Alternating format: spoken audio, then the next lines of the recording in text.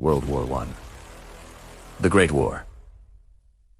For years, the Western Front was a scar across the face of Europe, a landscape of mud, wire, and death. Millions of men huddled in trenches, locked in a brutal stalemate where going over the top meant almost certain annihilation by machine guns and artillery. But this deadlock didn't mean the fighting stopped. In the dead of night, a different, more terrifying kind of warfare emerged.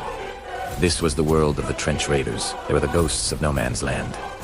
Specially chosen soldiers, often volunteers, who embarked on missions that were nothing short of suicidal. Their goal wasn't to capture ground, but to sow terror, gather intelligence, and keep the enemy on edge. Forget standard-issue rifles. Their tools were primitive and personal. They carried trench clubs, studded with nails, sharpened spades, wicked-looking knives, and bags filled with grenades. Their faces were blackened with burnt cork or mud, their movements silent and predatory as they slipped out of their trenches under the cover of darkness. Imagine the scene. A small group of men, hearts pounding, crawling through the mud and shell craters of no man's land. The air is thick with the smell of decay and damp earth. Above them, the occasional flare briefly illuminates a hellscape of tangled barbed wire and skeletal trees. Every rustle, every clink of metal could bring a storm of machine gun fire. Their first task, silently cutting a path through the enemy's wire. A painstaking process where a single mistake could doom the entire mission.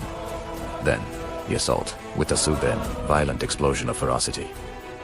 They leap into the enemy trench. The next few minutes are a whirlwind of chaos and brutal hand-to-hand combat. In the cramped, confusing maze of the trench system, it's a desperate struggle for survival. Flares hiss into the sky, casting area, dancing shadows. Shouts and screams, mixed with the explosions of grenades and the frantic crackle of returning fire. The fighting is intimate, savage, and over in moments. Those who survived would scramble back to their own lines, sometimes dragging a terrified prisoner for interrogation or carrying captured documents. They returned not as conquering heroes, but as specters emerging from a nightmare. The trench raiders earned a fearsome reputation, but the price was immense. These missions took a heavy psychological toll, a brutal necessity born from the madness of trench warfare. They were a dark and deadly chapter in a war defined by its industrial scale of slaughter. Thank you for watching, and don't forget to follow for more stories from history.